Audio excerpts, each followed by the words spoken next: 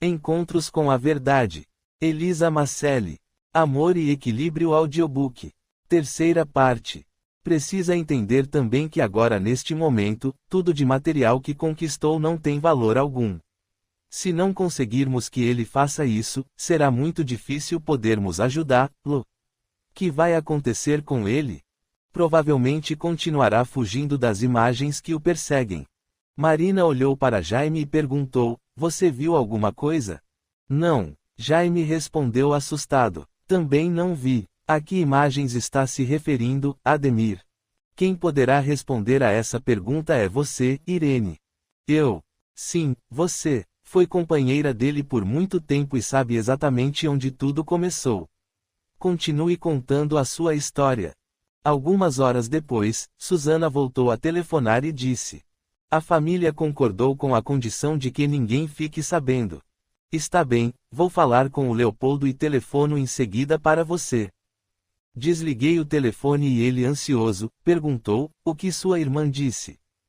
"A família concordou, com a condição de que ninguém saiba o real motivo por que foi internada."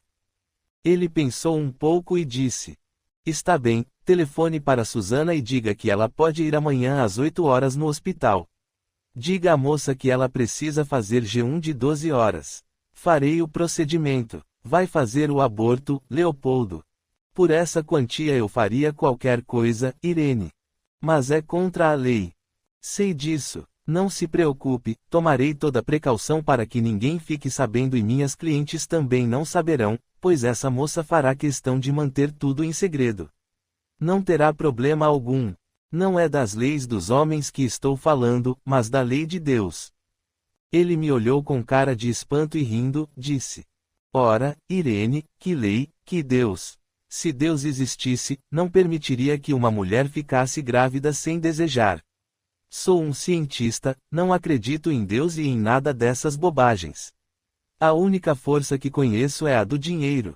Só ele pode comprar tudo, todos e abrir todas as portas. Como fará para que não descubram? O que dirá que ela estará fazendo no hospital? Ela não tem doença alguma. Direi que ela precisa ser operada de apendicite. Mas não vai fazer cirurgia alguma. As enfermeiras e os outros médicos não desconfiarão. Como já disse, o dinheiro compra tudo e a todos. Por uma pequena quantia, todos ficarão calados." "Está bem, vou telefonar para minha irmã." Telefonei para Susana e contei o que Leopoldo havia decidido. No dia seguinte, a moça foi internada. Era filha de um político muito conhecido. Só aí entendemos o porquê de tanta preocupação com o nome. "Leopoldo fez o aborto?" perguntou Marina. "Sim, e aquele foi o primeiro. Muitas outras mulheres e moças da sociedade começaram a procurá-lo e também a fazer abortos, sem se preocuparem com o valor que ele cobrava. Todas mantinham em sigilo o que faziam e só contavam para uma outra amiga que estivesse na mesma situação. Confesso que nunca pensei que tantos abortos eram cometidos. Rapidamente, ele se tornou conhecido e o dinheiro começou a chegar. Eu me deslumbrei. Logo compramos uma casa maior e um carro melhor. Leopoldo deixou de trabalhar nos hospitais e montou uma clínica com várias especialidades.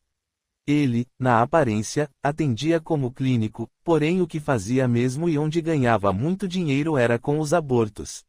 Fez muitos. Começamos a ser convidados para festas e cerimônias. Eu ficava cada vez mais deslumbrada com aquela vida que nunca imaginei que um dia poderia ter. Não quis ter outro filho. Com a vida que levava, não queria que meu corpo se deformasse. Quanto mais dinheiro ele ganhava, mais queria ganhar e eu, quanto mais gastava, mais queria gastar. Nosso filho foi crescendo. Ele era um menino estranho, mas eu, envolvida com a minha própria vida, não notei. Ele estava com 6 anos. Numa noite, quando estava me preparando para ir a uma grande festa que ia acontecer na casa de um rico empresário, Lenice, a babá que cuidava do meu filho, entrou em meu quarto e disse: "O Edgar não está bem, senhora. Ele está com muita febre. Acho que precisa ir ao pediatra. Logo hoje que vamos a uma grande festa." Perguntei, irritada. "Não sei o que fazer, ele está também com muita dor de cabeça." "Hoje vamos a uma grande festa. Dê um comprimido para a febre, amanhã o Leopoldo cuidará dele.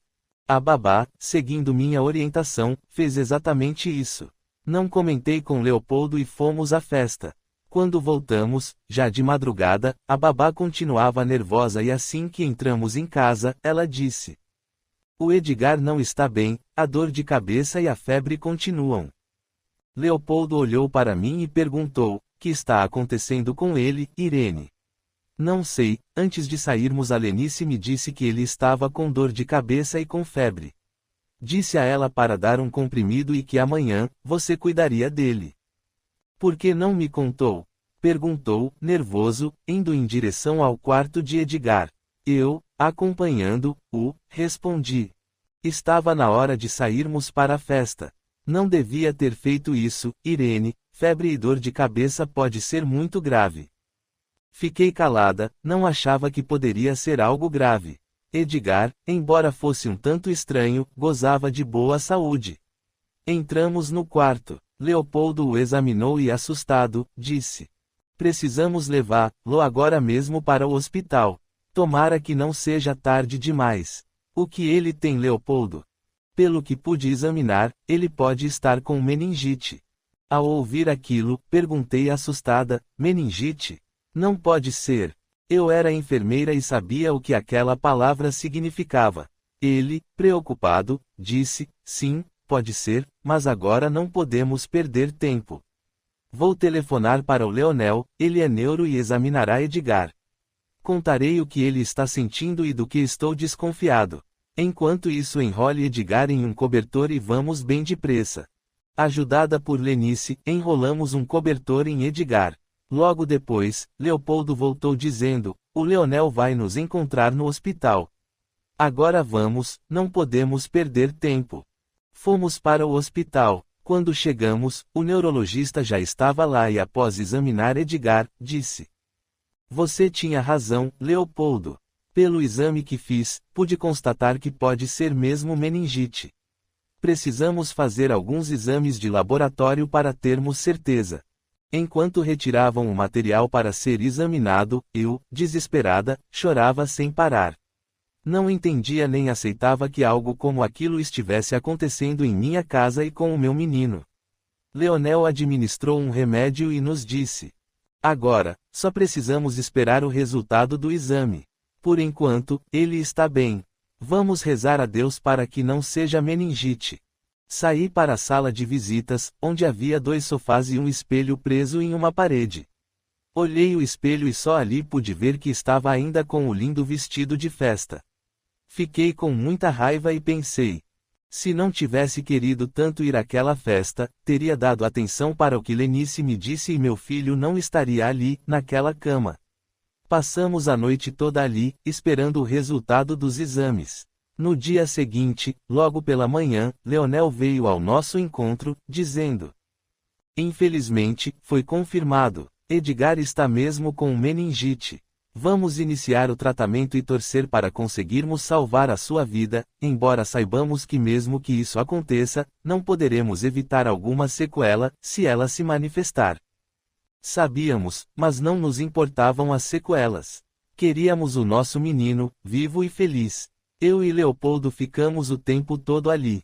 Enquanto os médicos estavam com Edgar, nos pediram que saíssemos do quarto. Saímos e fomos para a sala de visitas, que ficava ao lado. Nos sentamos e eu perguntei: "Será que Deus está nos castigando, Leopoldo?" Ele me olhou como se fosse a primeira vez que me visse. Confuso, perguntou: "Por que está dizendo isso, Irene? Será que ele não está nos castigando por causa de todas aquelas crianças que você não deixou nascer? Deve estar completamente louca. Deus não existe. Como cientista, não tenho prova de sua existência, mas se existisse, não poderia culpar a mim, mas as mulheres que não querem ser mães. Eu não tenho culpa, só estou exercendo a minha profissão. Na sua profissão não é permitido fazer o aborto. Ora, Irene, existem leis que, embora tenham sido criadas por uma boa causa, não pegam. Assim como é proibido a um médico praticar o aborto, é exigido também que ele salve vidas. Embora o aborto seja proibido por lei, não deixa de ser praticado. Eu, como médico, quando uma mulher decide interromper uma gravidez, tenho de dar a ela a segurança de um hospital, onde terá toda a assistência. Pior é para aquelas que se submetem a uma curiosa qualquer, o que pode sim, ser muito perigoso, podendo até levá-las à morte. Estou fazendo meu trabalho, Irene. Se eu não fizesse esse trabalho, outro faria e eu deixaria de ganhar muito dinheiro e isso não me interessa. E a lei de Deus? Não sei se essa lei existe, mas mesmo que exista, não é ela que coloca comida em nossa mesa. Se ela existir, sei que não sou o culpado. Culpadas são as mulheres que me procuram. Desculpe por interromper você, Irene, mas posso fazer uma pergunta? Claro que sim, Marina. Ademir, o que ele disse não deixa de ser uma verdade. A mulher é responsável pela criança que vai nascer, não é? O médico só atende um desejo dela. Como ele disse, se não fizesse, outro faria. Você tem razão, Marina. As mulheres são responsáveis pela criança que vai nascer, mas não só elas. Os homens que as engravidaram, médicos e todos aqueles que sabem da existência da criança e que, de alguma forma, tomam parte na decisão de matá-las antes de nascer. As leis existem para serem cumpridas, embora algumas pessoas deixem de cumpri-las. O médico sabe que não pode matar e praticar aborto é assassinato. Leopoldo, embora não cumprisse, sabia que era errado. Marina ouviu e ficou calada. Ademir, vendo que ela estava calada, perguntou: Está satisfeita, Marina? A minha resposta convenceu você? Ademir perguntou, sorrindo. Sim, obrigada, Ademir. Sendo assim, Irene, pode continuar nos contando como tudo aconteceu. Está bem, Ademir, vou continuar. Leopoldo me dizia aquelas coisas, mas eu não entendia e disse: Não entendo por que o nosso menino está com meningite. Só pode ser coisa de Deus. Se você não estivesse fazendo abortos, talvez as mulheres que o procuraram pensariam um pouco mais. Acredita mesmo nisso que está dizendo, Irene? Acredita que se eu parasse de atender as mulheres que me procuram, elas não fariam o aborto? Não sei. Mas devia saber. Elas procurariam outro médico ou mesmo uma curiosa qualquer que estaria ganhando o dinheiro que por direito é meu. Quando a mulher não quer uma criança, encontra uma maneira de interromper. A culpa é dela, não minha. Não sei, acho que estamos sendo castigados. Está nervosa, Irene, e não sabe o que está dizendo. A meningite é causada por vírus ou bactéria, Deus não tem nada a ver com isso. Como Edgar pode pegar meningite, Leopoldo? Ele vive em um ambiente limpo, saudável e tem uma boa alimentação. Não consigo entender nem aceitar. Agora não é hora de pensarmos nisso, Irene. Precisamos esperar que o tratamento dê certo e que Edgar resista. Por ser saudável e bem alimentado, tem muitas chances de se recuperar. Sabe que pode restar alguma sequela.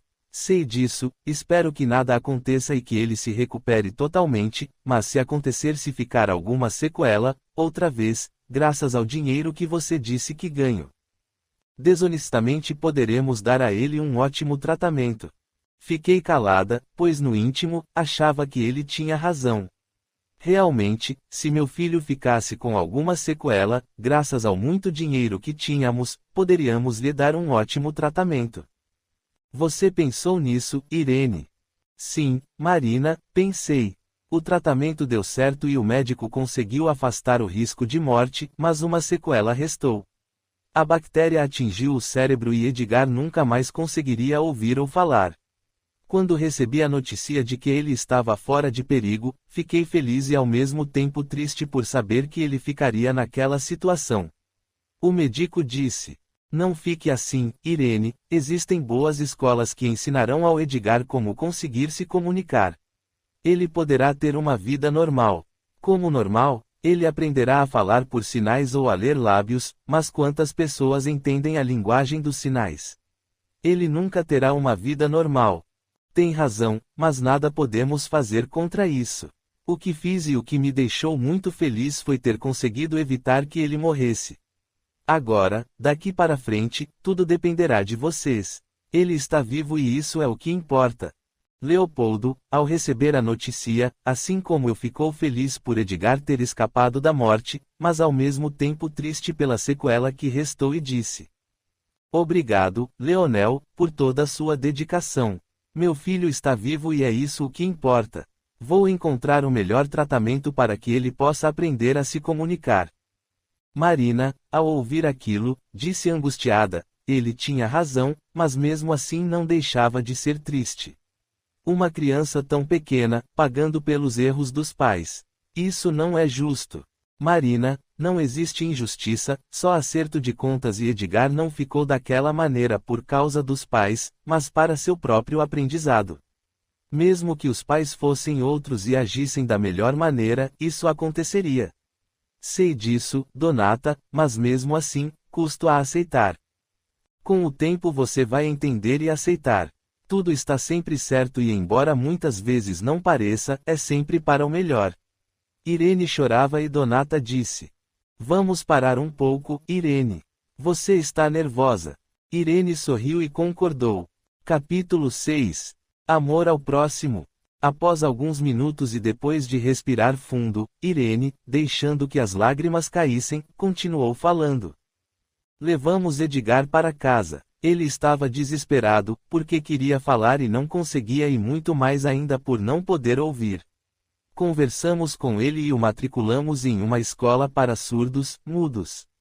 Lá, ele teria acompanhamento de um fonoaudiólogo. Ele era inteligente e a vontade de se fazer entender era tanta que em pouco tempo já conseguia se comunicar conosco. Leopoldo mandou que viesse do exterior um dos melhores aparelhos para surdez. Mais uma vez precisei concordar com ele. O dinheiro facilitava muita coisa. Edgar, que já era um tanto estranho, a cada dia foi ficando pior. Só estava feliz na escola, onde havia outras crianças como ele. Lá ele conversava por sinais e lia os lábios com outros que faziam o mesmo. Em casa, ele estava sempre em seu quarto lendo. Não ouvia rádio nem assistia à televisão. Estava sempre triste. A escola que ele frequentava era de alto padrão, possuía os melhores professores e o melhor atendimento, por isso era cara e só frequentada por pessoas de posses. O motorista, pela manhã, levava Edgar para a escola e o trazia no fim da tarde. Quando Edgar estava com 8 anos, em uma tarde, o motorista, assim que chegou, disse: Dona Irene, a diretora pediu para a senhora ir até a escola, disse que precisa falar urgente com a senhora. Fiquei intrigada com aquele recado. Não imaginava qual seria a urgência. No dia seguinte, à tarde, fui até a escola. Estava entrando quando esbarrei em uma senhora que saía chorando da sala da diretora. Ela me olhou, pediu desculpas e continuou andando. Fiquei intrigada, pela roupa que ela vestia pude perceber que era uma pessoa humilde. Entrei na sala da diretora que, ao me ver, deu um sorriso. Perguntei: Mandou me chamar, Leda? Sim, Irene, precisamos conversar a respeito de Edgar. O que tem ele? Está diferente de quando começou a frequentar a escola. No começo, pareceu que estava animado, mas agora, mudou. Anda triste, não conversa com ninguém. Acreditamos que ele precisa de um tratamento mais sério. Foi por isso que quis conversar com você. Eu, sem me abalar, disse: Não precisa se preocupar, Leda. Ele é assim mesmo. Sempre foi uma criança estranha, calada, parece que vive de seus próprios pensamentos. Nunca pensou em fazer um tratamento para descobrir o motivo de ele ser assim. Não, como sabe, meu marido é médico e diz que isso com o tempo e assim que ele crescer, vai desaparecer. Ele, a não ser a surdez e a mudez, é um menino saudável. Ficará assim por alguns dias, depois voltará ao normal. Tem certeza? Sim, foi sempre assim. Há dias em que ele está normal e em outros, fica assim distante, como se sua alma estivesse em outro lugar. Não se preocupe e não insistam em fazer com que ele converse ou brinque como as outras crianças. Sendo assim, está bem. Estou mais tranquila. Era só isso que queria conversar comigo? Sim, obrigada por ter vindo. Sou eu quem precisa agradecer por sua preocupação com o meu filho, Leda. Antes de ir embora, preciso lhe perguntar uma coisa. O quê? Quando estava entrando, vi uma senhora que saiu daqui chorando e parecendo desesperada. O que aconteceu com ela? Você a viu? Sim, ela me pareceu desesperada. Está mesmo. Ela tem um filho que nasceu surdo, mudo, o menino vai fazer 7 anos e precisa ir para uma escola aprender, como você sabe, precisa ser uma escola especializada. Ela veio nos procurar, mas quando lhe disse o valor das mensalidades, ficou desesperada, pois é mais do que o salário que o marido recebe. Eu disse a ela que sentia muito, mas que não poderia ajudar, lá. Ela saiu daquela maneira que você viu.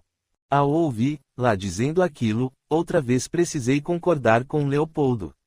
Ele tinha razão, o dinheiro facilitava muito a vida de qualquer um. Naquele momento, não me importou como ele o conseguiu. Leopoldo tinha razão em mais uma coisa. Se ele não fizesse os abortos, outros fariam e ganhariam o dinheiro que ele poderia ganhar. O dinheiro agora poderia não facilitar só a nossa vida, mas a daquela mãe e daquele menino também. Decidida, perguntei para a diretora. Você tem o endereço dela? Tenho, está aqui, respondeu, apontando para um papel que estava sobre a mesa. Pois bem, entre em contato com ela e diga que o menino poderá frequentar a escola. Como assim? Eu pagarei todas as despesas. Leda, a diretora, ficou me olhando com os olhos arregalados e me julgando a mais pura das almas. Está bem, farei isso amanhã. Mandarei uma de nossas funcionárias irem até o endereço que ela me deixou e pedir que venha aqui para conversarmos, sei que ela ficará feliz. Obrigada, Irene. Voltei para casa e não comentei com Leopoldo o que havia feito. Achei que ele não entenderia. Alguns dias se passaram e a diretora, por intermédio do motorista, pediu que eu voltasse à escola, pois tinha algo importante para me dizer. Estranhei aquele pedido, mas mesmo assim, fui. Podia ser um outro problema com Edgar. Quando entrei em sua sala, me deparei com a senhora que naquele dia estava chorando.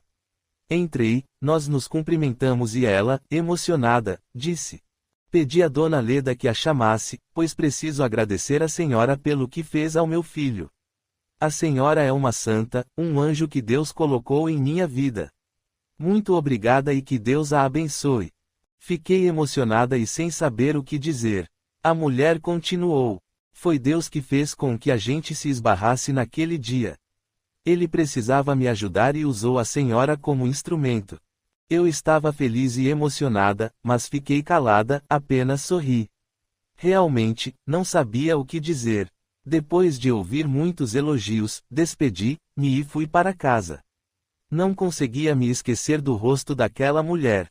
Outra vez, pensei em tudo o que Leopoldo falava. Leopoldo tem mesmo razão em tudo o que diz. Aquela mulher precisava de ajuda, disse que foi Deus que me colocou em seu caminho. Se Leopoldo não estivesse ganhando tanto dinheiro, como poderia ajudar, lá? Quando Leopoldo chegou, contei o que havia feito e a reação da mulher. Ele me olhou de frente e perguntou: Está feliz? Muito. Por ter ajudado aquele menino ou pela reação da mãe? Não estou entendendo. Por que me faz essa pergunta? Quero saber se está feliz por ter ajudado aquele menino ou por ver aquela mulher considerando você uma santa e colocando-a em um altar. Fiquei sem saber o que responder. Eu não havia pensado naquilo, mas ele outra vez tinha razão. Quando ajudei o menino, realmente não pensei no resultado, mas precisava confessar que estava orgulhosa por aquela mulher ter me elogiado daquela maneira. Disse para Leopoldo: Fiquei muito orgulhosa e já que está ganhando dinheiro de uma maneira não muito certa, acho que podemos usar uma parte dele para ajudar aqueles que precisam. Quer ajudar ou ser elogiada? Eu, rindo e com ironia, respondi: Que tal as duas coisas? Está bem, faça o que quiser. Se acha que agindo assim estará comprando o perdão do seu Deus, faça. No dia seguinte, voltei à escola e perguntei a Leda se havia outras crianças na mesma situação daquele menino. Ela disse que havia muitas, mas que a escola não podia arcar com as despesas de alunos que não pudessem pagar. Quando ela terminou de falar, eu disse: Posso ajudar mais algumas crianças, mas não todas. Estive pensando e decidi que, se você permitir, conversarei com algumas das minhas amigas que pertencem à alta sociedade e formaremos uma associação para que, promovendo festas, chás e desfiles de modas, possamos arrecadar fundos e ajudar a muitas crianças. O que acha dessa minha ideia? É maravilhosa, Irene. Sempre desejei que algo parecido acontecesse, mas não tenho tempo nem conhecimento para fazer algo assim. Se fizer, vai ser muito bom. Pode deixar, tomarei conta de tudo. Naquele mesmo dia, comecei a conversar com as pessoas que sabia serem as certas. Leopoldo, embora ainda continuasse a fazer os abortos, era também um bom médico. Dava atenção aos clientes e seus diagnósticos eram precisos. Por isso, se tornou famoso e tinha muitos clientes ricos que nos convidavam para muitas festas. Comparecendo a essas festas, fui conhecendo outras mulheres da sociedade que ainda não conhecia e elas também se juntaram a nós. A maioria delas, mesmo que não contassem, já haviam passado pelas mãos de Leopoldo. Mas aquele era um assunto que as incomodava. Conversando com uma e com outra, algumas concordaram com a minha ideia. Não tinham muito o que fazer e aquilo seria uma distração. Não foi difícil colocarmos em prática o nosso plano. Logo, eu estava aparecendo em diversos programas de televisão, jornais e revistas, falando em rádios. Eu estava feliz por mim, não me importando realmente com as crianças, mas por haver me tornado uma celebridade e ser considerada uma benfeitora. Todos me elogiavam e eu, embora não demonstrasse, ficava muito feliz com todo aquele reconhecimento. O meu trabalho foi um sucesso, conseguimos arrecadar muito dinheiro. Ademir, que assim como os outros ouvia atentamente o que Irene contava, fez um sinal com a mão e disse: Desculpe, Irene, mas neste momento preciso interromper você. Donata e Marconi já sabem o que vou dizer, mas você, Marina e Jaime, precisam ouvir.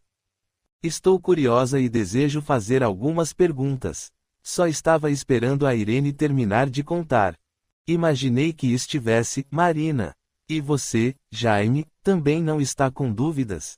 Sim, Ademir, mas assim como a Marina, estava esperando a Irene terminar de falar.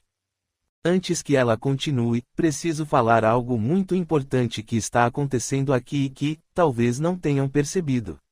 Todos, quando renascemos, trazemos uma missão. A sua, Irene, era exatamente essa: ajudar aquelas crianças surdo-mudas. Hoje eu sei que era a minha missão, mas naquele tempo não sabia. Fiz tudo aquilo para o meu próprio bem, para me promover. Deixei de criticar Leopoldo e não me importei mais com o modo pelo qual ele ganhava seu dinheiro. Não importam quais foram os motivos. Interrompi você para dizer que a sua missão era aquela. Você estava desviada dela e foi-lhe dada uma outra oportunidade para que a cumprisse. O seu encontro com aquela senhora foi mesmo coisa de Deus. Vocês não se esbarraram por acaso e a diretora da escola não a chamou sem motivo. Ainda bem que, naquele momento, seu espírito, mesmo preso na carne, lembrou-se da promessa feita e as suas lembranças passadas, sem que percebesse, voltaram fortes e você se deixou levar pela vontade de ajudar. Pela vontade de cumprir sua missão desconhecida. Isso foi o que aconteceu e, embora não tenha percebido, por caminhos tortos, cumpriu sua missão. Não estou entendendo, Ademir. Não está entendendo o que, Marina? Está dizendo que, para que a missão seja cumprida, não importam os meios usados para isso.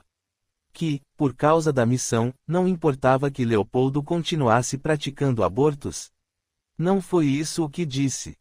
Nem sempre o fim justifica os meios, mas aquelas crianças precisavam ser ajudadas e a missão de Irene e Leopoldo seria essa.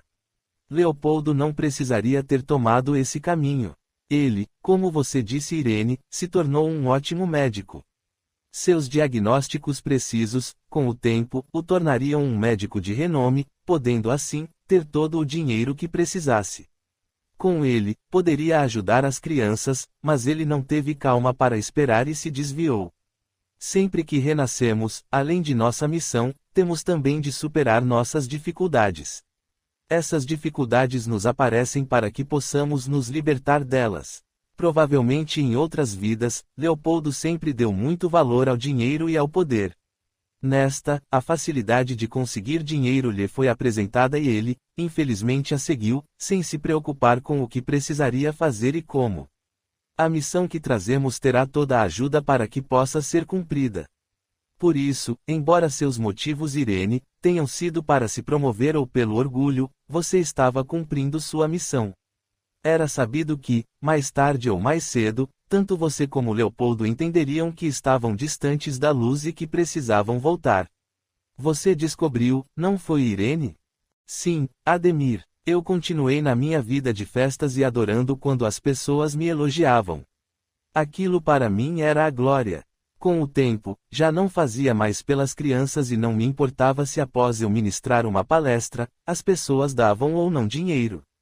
O que me deixava transbordando de felicidade eram os aplausos que recebia.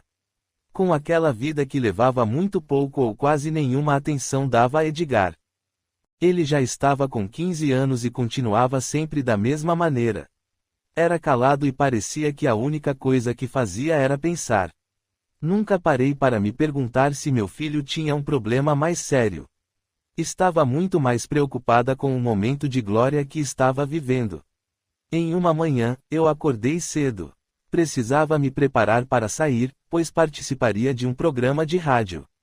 Como das outras vezes, estava orgulhosa. Sabia que seria novamente elogiada por meu trabalho. As pessoas não se cansavam de dizer como eu era maravilhosa. Ao sair do meu quarto e passar pelo quarto de Edgar, sorri pensando, ele já deve estar na escola. Na realidade, nem sabia se ele ia para a escola ou não. Desde aquele dia em que disse para a diretora que não precisava se preocupar com ele e depois do sucesso que tive em arrecadar dinheiro, ele nunca mais quis me incomodar. Continuei andando. Lá fora, o motorista já estava me esperando. Entrei no carro e após acelerar, quando já estávamos a caminho, ele disse: Dona Irene, preciso contar uma coisa para a senhora. O que é? Perguntei, mas sem dar muita atenção. Estava preocupada com a minha participação no programa do rádio e no que ia falar. Precisava falar muito bem, não para conseguir mais dinheiro para a escola, mas sim pelos elogios que com certeza receberia. O Edgar deve estar com algum problema. Que problema? Por que está dizendo isso? Não sei qual é o problema, mas já faz alguns dias que ele não vai à escola. Por quê? Ele não disse. No último dia em que foi, saiu chorando. Perguntei por que chorava e o que havia acontecido. Ele ficou calado por algum tempo, depois disse: Sou a pessoa mais infeliz deste mundo, Noel. Eu já estava preocupado com ele e ao ouvir aquilo, disse, tentando ajudá-lo. Como pode dizer uma coisa como essa, Edgar? Você é um rapaz forte e bonito. Tudo bem que não possa ouvir com clareza, mas tem um ótimo aparelho para surdez e como começou muito cedo a frequentar uma das melhores escolas, pode falar com clareza. Pense que se você fosse uma criança pobre, jamais aconteceria isso. Não teria tido todo o apoio que o dinheiro de seus pais lhe dá e estaria falando sem perfeição ou nem falando e não saberia ler os lábios. Sei de tudo isso. O dinheiro de meus pais é muito importante, mas ele não pode me ajudar. O meu problema não é a surdez nem a fala. O que está acontecendo comigo é muito mais grave. Não posso acreditar, Edgar. O que está acontecendo? Algo que meus pais nunca poderão saber. Pelo amor de Deus, Edgar. Está usando drogas? Ele sorriu, balançou a cabeça e disse: Claro que não, Noel. Então o que seria que seus pais não poderão saber? Não posso falar, só não voltarei, nunca mais, para a escola. Porque, Edgar, você sempre foi um dos melhores alunos. Sempre me esforcei para ser o melhor. Achava que assim poderia deixar meus pais orgulhosos e poderia também fazer com que as pessoas não notassem o meu defeito. Mas, por mais que me esforçasse, não adiantou. Meus pais nem perceberam o meu esforço e as pessoas não deixaram de notar o meu defeito. Sou muito infeliz, queria mudar, ser diferente, mas não consigo. Não entendo por que nasci assim. Não entendo. Que defeito, Edgar? Você conversa muito bem, aprendeu a ler os lábios e se não disser, ninguém percebe que você tem alguma deficiência. Poderá ter uma vida normal, se casar, ter filhos e ser feliz. Não estou falando da surdez, Noel. Está falando do quê? Qual é o outro defeito que nunca vi? Você nunca percebeu, porque é meu amigo, porém os meninos da escola já perceberam há muito tempo. Mas isso agora não tem mais importância. Nunca mais voltarei à escola. Eu não entendi o que ele disse, mas sabia que ele estava triste e que não estava bem. Tentando animá-lo, eu disse: nem pense nisso, Edgar. Não sei qual é o seu problema, mas sei que é um bom menino e que, apesar de tudo o que lhe aconteceu, será um grande homem e trará muito orgulho para seus pais.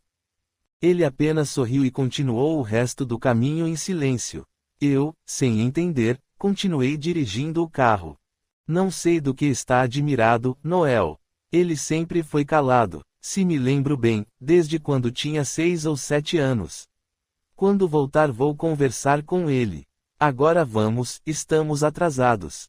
Fomos para a rádio e eu participei do programa e como sempre, fui muito elogiada e aplaudida pelo meu trabalho. Quando voltamos, ao entrar com o carro na rua em que eu morava, Noel assustado, disse: Dona Irene, parece que aconteceu alguma coisa na sua casa. Eu, que lia uma revista, olhei e apavorada, vi que havia em frente à minha casa vários carros da polícia. Noel acelerou e paramos em frente ao portão. Desci do carro, perguntando a um dos policiais: que aconteceu? Não sei, senhora. Fui até o portão, estava entrando quando o policial disse: ninguém pode entrar. Como não? Essa é a minha casa. Preciso saber o que está acontecendo. A senhora é a mãe? Que aconteceu com o meu filho? Acho melhor a senhora entrar, o delegado está lá e vai conversar com a senhora. Com as pernas tremendo, entrei. Dentro de casa estava uma confusão imensa. Leopoldo estava lá, e ao me ver, veio ao meu encontro chorando muito. Que aconteceu, Leopoldo? Onde está o Edgar? Ele chorava muito e não conseguia responder.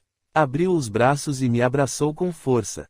Eu não sabia, Irene. Não sabia. Não sabia o quê? Que aconteceu, Leopoldo? Onde está Edgar? Ele está morto. Morto? Como? Ele não estava doente. Ele se matou. Eu, que já estava nervosa e tremendo, fiquei desesperada e me afastei de Leopoldo. Perguntando, gritando: onde ele está? Lá no seu quarto. Antes que me dissesse mais alguma coisa e sem que ninguém pudesse me impedir, fui para o quarto que era do Edgar. Um policial que estava na porta tentou me impedir, mas eu, chorando desesperada, não permiti. Entrei no quarto e vi meu filho caído no chão. Corri para ele e pude constatar que ele estava mesmo morto. Aquilo não era um sonho, era a verdade. Sem entender ou aceitar o que havia acontecido e sem saber o que fazer, olhei para um homem que estava ao meu lado e que, ao ver o meu desespero, disse: sou o delegado. Sinto muito, senhora, mas ele está morto. Ele se suicidou. Tomou um veneno que, embora seja vendido em qualquer lugar, é muito forte. Ele não pode ter feito isso, porque faria? Não havia motivo, tem tudo na vida. Não sei qual foi o motivo. Talvez, lendo esta carta que ele deixou, a senhora possa entender. Agora, por favor, a senhora precisa sair do quarto. Precisamos fazer nosso trabalho. Leopoldo, que também estava ao meu lado, me abraçou e chorando saímos juntos. Do lado de fora do quarto, tremendo muito, abri o papel que o delegado havia me dado. Enxuguei as lágrimas e comecei a ler. Querida mamãe e papai, sinto muito por este ato desesperado, mas eu não suportava mais essa vida. Sempre me considerei diferente dos outros meninos, porém não sabia o que era. Agora, que já tenho 15 anos, descobri o motivo dessa diferença e foi de uma maneira muito triste. Os meninos da escola também descobriram e me trataram muito mal. Descobri também, que o meu modo de ser seria motivo de vergonha para vocês. Por isso, para não trazer vergonha para a nossa família, prefiro morrer. Neste momento, só posso pedir perdão. Não suporto mais esta vida. Sei que sofrerão por algum tempo, mas logo tudo passará e continuarão a ter a vida que sempre tiveram. Rezem por mim, Edgar. Com o papel na mão olhei para Leopoldo e perguntei, chorando: Que coisa é essa que ele está dizendo, Leopoldo? O que ele tinha que o fazia sofrer tanto? Não sei, Irene, nunca imaginei que ele tivesse algum problema. Sem que notássemos, o delegado estava ao nosso lado. Ele já havia lido o papel por ser importante para sua investigação. Disse: talvez o que está naquela gaveta poderá esclarecer. Fomos até o armário e olhamos para dentro de uma gaveta. Para nosso espanto, havia roupas de mulher, joias, todo tipo de maquiagem e um caderno. Eu e Leopoldo ficamos olhando para tudo aquilo, sem saber o que fazer. Por que ele tem tudo isso, Leopoldo? Como posso saber? Você é quem deveria saber o que seu filho estava fazendo, ele disse quase gritando. Eu sabia que ele estava entendendo o que havia acontecido. Eu também estava, mas não queria aceitar. Leopoldo, desesperado, começou a chorar e a dizer: não pode ser verdade, meu filho não era um. Não fale essa palavra, Leopoldo. Ele não era isso, só era um menino muito calado e triste. Como ele tinha uma gaveta fechada com chaves, Irene. Como você permitiu? Ele me pediu para que chamasse um chaveiro. Disse que queria ter uma gaveta onde pudesse guardar suas coisas, sem que um dos empregados visse. Disse que queria ter a sua privacidade. Pensei que fosse coisa de adolescente. Nunca podia imaginar que era para esconder essas coisas. Eu sabia o que tudo aquilo representava, mas tentava me enganar. Peguei o caderno, abri e comecei a ler. Nele, Edgar contava de como, desde criança, se sentiu diferente. De como sofreu ao descobrir que, embora tivesse um corpo de homem, sentia os desejos e a vontade de ser uma mulher. Sofria e chorava por não conseguir conversar sobre aquilo, comigo ou com Leopoldo. Naquela tarde em que saiu da escola chorando, o motivo foi a grande humilhação que os colegas da escola o fizeram passar no banheiro. Foi naquele dia que ele tomou a consciência plena de que era, realmente, diferente e sabia que seu pai nunca aceitaria. Por isso, resolveu que o melhor caminho seria se matar. Com o caderno na mão e sem me lembrar da presença do delegado, gritei: Deus está outra vez nos castigando, Leopoldo. Nosso filho se transformou nisso por sua causa. O que está dizendo, Irene? Deus está nos castigando, por quê? Por você ter passado a vida toda usando mal a sua profissão. Por todas aquelas crianças que não deixou nascer. Lá vem você novamente com essa conversa. Sempre que alguma coisa não deu certo em nossa vida, você vem com essa história de castigo. Edgar foi o único culpado. Ele que escolheu essa vida. Ele foi quem fez essa opção. Deus não teve nada a ver com isso. Ele não teve culpa, Leopoldo. Não viu o que escreveu no caderno? Ele já nasceu assim. Nasceu coisa nenhuma. Isso é safadeza. Ainda bem que ele morreu. Tinha razão, eu não suportaria ter um filho dessa maneira. Como pode dizer isso, Leopoldo? Ele é nosso filho. Desde criança sempre teve problemas. Sabe como foi difícil crescer sem poder ouvir ou falar direito? Ele, graças a esse dinheiro cuja origem você condena tanto, apesar de suas dificuldades, conseguiu aprender a viver com elas e ter uma vida quase perfeita. Só não foi melhor porque escolheu essa outra vida. Agora me deixe em paz. Saiu do quarto e foi para a rua. Estava triste com o que havia acontecido com Edgar, mas ao mesmo tempo, revoltado pelo filho ter escolhido aquele caminho. O delegado pediu que eu também saísse, pois precisavam levar o corpo para o necrotério. Fui para o meu quarto e fiquei lendo e relendo aquele caderno. Enquanto lia, chorava e pensava: isso é castigo de Deus. Leopoldo impediu que tantas crianças nascessem e agora Deus nos tirou o nosso único filho. Eu nunca pensei que isso pudesse acontecer. Isso é verdade, Ademir. Foi castigo de Deus? Marina, intrigada, perguntou. Não, claro que não. Deus não castiga alguém pela culpa do outro. Edgar é um espírito suicida. Por várias encarnações, vem cometendo o mesmo erro. Para o espírito suicida, sempre existe uma desculpa. Vocês três, Irene, sempre estiveram juntos. Cometeram desatinos. Na última encarnação, Edgar morreu com um tiro na cabeça, por isso nesta nasceu com esse problema de audição e surdez. Mas, como Leopoldo disse, ele teve toda a condição de ter uma vida quase perfeita. Isso não seria motivo para que, mais uma vez, cometesse o suicídio. Na encarnação passada ele ter se suicidado com um tiro, nesta contraiu uma doença que fez com que se tornasse surdo e tivesse dificuldade para falar. O que acontecerá na próxima encarnação, se, dessa vez, tomou veneno? Perguntou Marina. Não posso adivinhar o que ele decidirá, mas provavelmente nascerá novamente com problema na fala. Porque ele teve de nascer diferente, Ademir. Porque ele, tendo um corpo de homem, se sentia como se fosse uma mulher. Existe muita confusão a esse respeito, Marina. O espírito não tem sexo. A cada encarnação, nasce homem ou mulher, dependendo do que será melhor para sua evolução. Na última encarnação, Edgar era um feitor de escravos, descobriu que entre seus escravos existia um que era diferente dos outros. Como a homossexualidade sempre existiu e sempre sofreu preconceito, ele não podia admitir que entre seus escravos pudesse haver um homossexual. O rapaz tinha apenas 15 anos. Edgar o vestiu de mulher e colocou-o no tronco e fez com que todos os escravos se servissem do pobre menino. No final, mandou que fosse chicoteado por 20 vezes. Dizia que era para ele aprender a ser homem. Aquele que se recusasse seria colocado no tronco também. O escravo chorou, gritou de dor, pediu clemência, mas ele não atendeu. A cada um dos escravos que judiava do rapaz, Edgar enquanto tomava cachaça, ria muito. O rapaz, no fim do dia, estava muito machucado e não resistindo, morreu. Que horror, Ademir! Foi isso que aconteceu? Sim, infelizmente, Marina.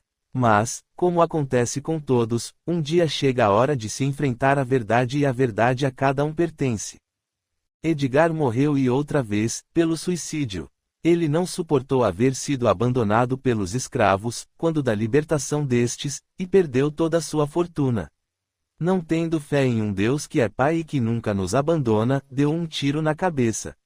Naquele momento, teve de enfrentar a sua verdade. Depois de muito penar pelos vales de sofrimento, teve a oportunidade de ser resgatado, justamente por aquele escravo a quem tanto havia feito sofrer. Tomou conhecimento da vida e verdade espiritual, como não poderia deixar de ser. Estava arrependido, não só por ter feito todo tipo de maldade com seus escravos, mas outra vez, por não haver conseguido resistir ao apelo do suicídio e novamente, tê-lo cometido. O que ele fez? Perguntou Marina. Ele, como estava arrependido, jurou que desta vez seria diferente. Pediu para voltar como um homem igual ao escravo, diferente de todos os outros. Queria sentir na pele o que o pobre escravo sentiu. Por isso ele nasceu assim, diferente dos outros homens. Sim, Marina, Irene e Leopoldo, que na época eram seus pais, quiseram vir juntos para poder ajudá-lo nesta encarnação que sabiam, seria muito difícil. Foi isso que aconteceu. Eu e Leopoldo viemos, mas com o nosso descaso, com a nossa vontade de viver a nossa própria vida, não notamos os problemas pelos quais ele estava passando. Dessa vez, fomos os culpados por ele ter fracassado mais uma vez. Não, Irene, todo espírito é livre para decidir o que quer. Nenhum de nós pode ficar na dependência de outro para nos realizarmos e encontrarmos o nosso caminho. Nascemos em uma mesma casa para podermos nos ajudar, resgatar, perdoar, mas nunca para nos salvar. O caminho que cada um terá de percorrer será sempre de sua própria escolha e mérito. Hoje sei que Edgar não conseguiria sozinho. Ele ainda trazia dentro de si os preconceitos de outrora. Foi o meu descuido, a minha vontade de ser famosa e elogiada que fez com que ele não tivesse com quem conversar. Fui eu quem falhou como mãe. Não, Irene, Edgar trouxe preconceitos sim, e era justamente contra isso que teria de lutar. Através da história, os homossexuais sempre existiram. Muitos deles se aceitaram e entenderam que não importava a sua sexualidade, a roupa que vestiam, o seu modo de andar ou de ser, eles tinham seu valor. Estudaram, trabalharam, tornaram-se cientistas, pintores, médicos, políticos e escritores, e com isso, deram a sua contribuição para a evolução da humanidade. Existem aqueles que, devido à sua criatividade desenvolvida, tornam-se cabeleireiros, maquiadores e costureiros, trazendo assim, felicidade e alegria para muitas mulheres, além de ouvi-las, tentando e às vezes, conseguindo ajudar em seus problemas. Como todo ser humano, eles também são importantes. Outros trouxeram os mesmos preconceitos de outrora, não se aceitaram e não se aceitam. Sentem-se discriminados, porque eles mesmos se discriminam e estão parados no tempo, perdendo uma ótima oportunidade de evoluir espiritualmente. Deixam-se envolver pela tristeza, sofrimento e muitos deles terminam como Edgar ou passam toda a vida se lastimando, sofrendo, deixando assim de fazer algo importante para si e para os outros. O espírito pode estar preso em um corpo de homem, mulher ou na mistura dos dois, mas sempre será livre para crescer, evoluir e cumprir sua missão. O preconceito sempre existiu, existe e continuará existindo, não só contra os homossexuais, mas também contra pobres, raças e religiões e é justamente contra todos eles que precisamos lutar, porque no final, somos todos filhos de um mesmo Deus que nos ama e só quer a nossa felicidade. Não importa o que vocês fizeram ou deixaram de fazer, Irene. Edgar veio nessa condição porque pediu e quis. Ele deveria ter se aceitado e saber que, independente de sua sexualidade, de como andava ou se vestia, era um espírito de Deus e que tinha muitas qualidades, só precisava desenvolvê-las. Edgar teria de continuar a sua obra, Irene.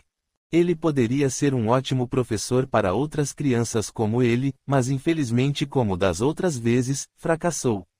Agora, terá de esperar uma nova chance que com certeza um dia virá.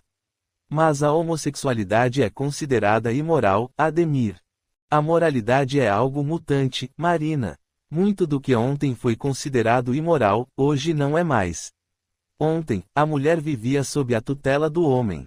Não tinha o direito de decidir sua vida e não podia mostrar o calcanhar, porque era imoral. Hoje ela usa qualquer tipo de roupa, estuda, trabalha e se mantém financeiramente, podendo assim, decidir o que é melhor para si.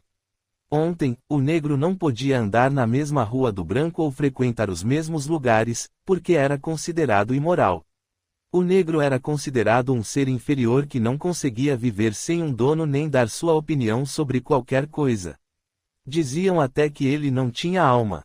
Hoje, ele também pode estudar, trabalhar, cuidar de si e tem o direito de sonhar e alcançar seu sonho. Com o tempo, tudo muda. As leis vão sendo criadas para que a humanidade possa evoluir. Tudo muda menos a verdade final. O encontro que cada um tem com sua própria verdade. Eu, Donata e o Marconi, com nossas equipes estamos há muito tempo fazendo este trabalho. Estivemos ao lado de muitos em seus instantes finais, no momento em que o espírito deixa o corpo e vai sozinho enfrentar a sua verdade. E, nesse momento, não importa o que as outras pessoas disseram ou pensam a seu respeito. Cada espírito terá de responder por tudo o que fez. Nessa hora, não vai importar como fala ou como se apresenta.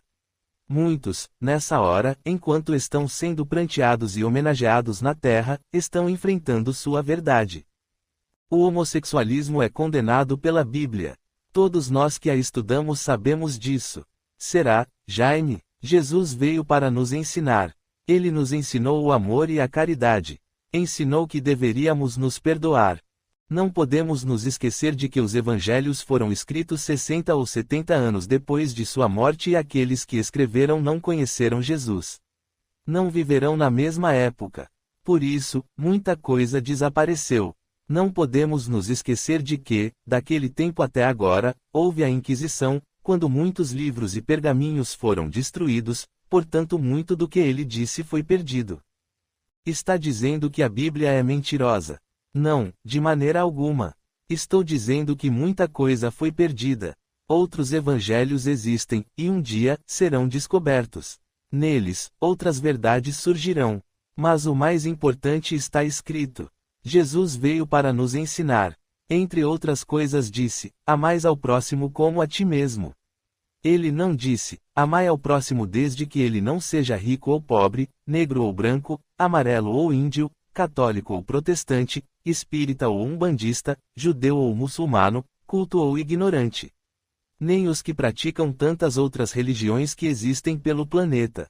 Em nenhum lugar está escrito que ele tenha condenado o homossexual, ao contrário, ele disse também: quem não tiver pecado, atire a primeira pedra. Ensinando-nos com essas palavras a não julgar. Todos somos fruto de um mesmo Criador que a todos ama sem distinção. A todos é dado o direito de escolher e caminhar. Devemos, por isso, nos amar e nos respeitar e o mais importante, nunca devemos julgar. Não sabemos quais são os motivos de alguém nascer da maneira que nasce. Sabemos que cada um escolhe como vai nascer, onde e de que forma. Ninguém é dono da verdade absoluta. É como se diz, a verdade só a Deus pertence. De uma coisa temos certeza, independente de tudo, cada um é responsável por si e por sua caminhada. Jaime olhou para Marina e percebeu por seu rosto que ela havia aceitado aquelas explicações. Ficou pensando e disse: de acordo com o que você disse, Ademir, tudo está certo. Então, mesmo que uma pessoa mate ou roube outra, haverá sempre um motivo ignorado, por isso não precisa ser condenada. Não tem importância, não existe erro. Ademir percebeu que ele estava confuso. Continuou falando: não, Jaime, não foi isso o que eu disse. Eu falei que não importa se a pessoa nasça aqui ou ali. Que seja rica ou pobre, que professe qualquer tipo de religião, que seja desta ou daquela raça, que seja deste ou daquele sexo, são todos nossos próximos. Mas claro que existem regras. Quando Jesus disse amai ao próximo como a ti mesmo, ele quis dizer que quem ama não mata, não judia, não rouba, não mente e não engana. Todos quando nascem e com o passar dos anos, vão tomando conhecimento do que é certo e do que é errado. Cabe a cada um escolher o seu caminho e ser responsável pelas escolhas que fizer. Então a pessoa que se torna homossexual sabe que está fazendo algo errado, condenado por todos? Aí existe outra confusão. O homossexual não se torna. Ele nasce. Portanto, não existe uma maneira de mudar. Por algum motivo, ele nasceu assim. Você não acha que seria muito melhor não ser assim? Ter uma vida normal como a das outras pessoas. Se fosse assim, muito sofrimento causado pela discriminação seria evitado.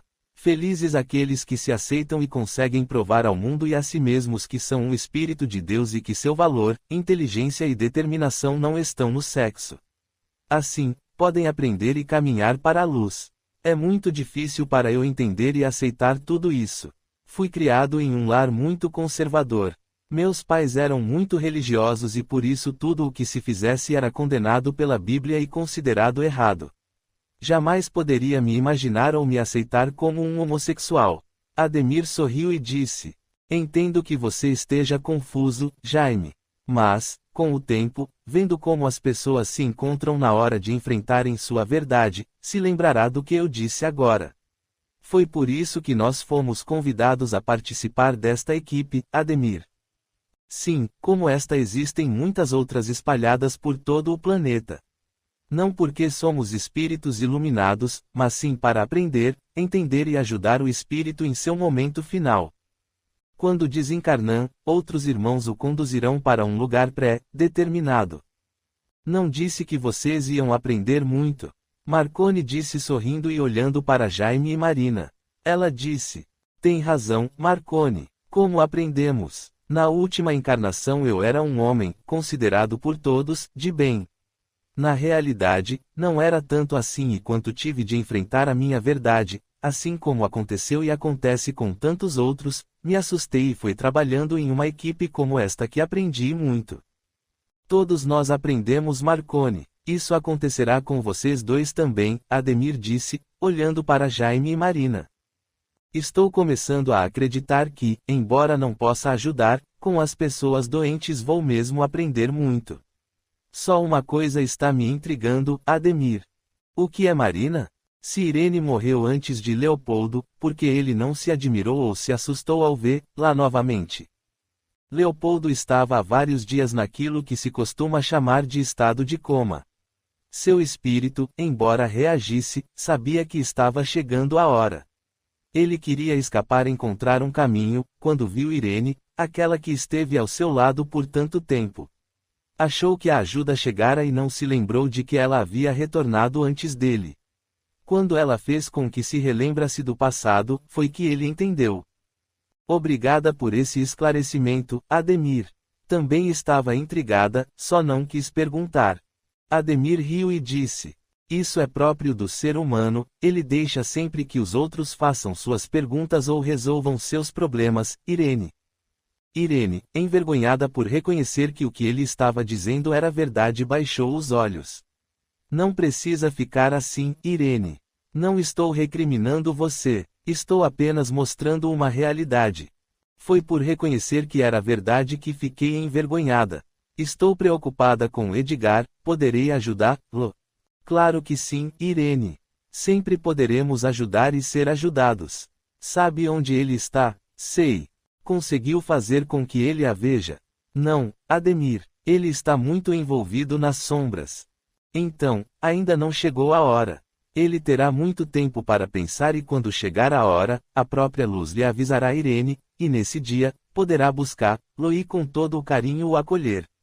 Nesse dia, estarão iniciando o trabalho para uma nova encarnação. Está muito longe de acontecer.